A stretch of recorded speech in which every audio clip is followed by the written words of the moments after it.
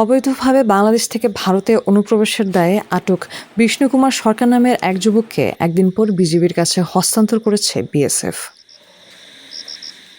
২৮ মে Hili railway station এলাকা দিয়ে তাকে বিজিবির কাছে হস্তান্তর করা হয়। এর আগে সেখানে বিজিবি ও বিএসএফ এর মধ্যে পতাকা বৈঠক অনুষ্ঠিত হয়।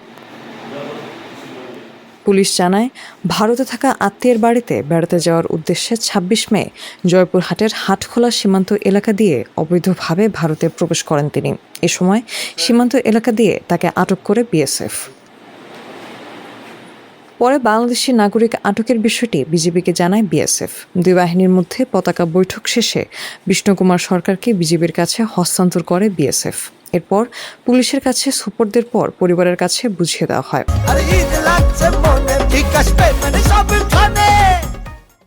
বিষ্ণু কুমার সরকার, পিতা হলো বিশ্বনাথ সরকার, ওর বাড়ি হলো শাহজাদপুর সিরাজগঞ্জ।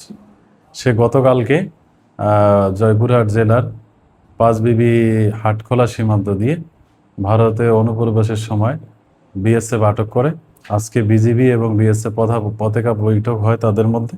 হওয়ার পরে বিজিবির কাছে হ্যান্ড ওভার করলে বিজিবি আমাদের নিকট লিখিতভাবে জমা দেয় তার পরিবারের নিকট হস্তান্তরের জন্য।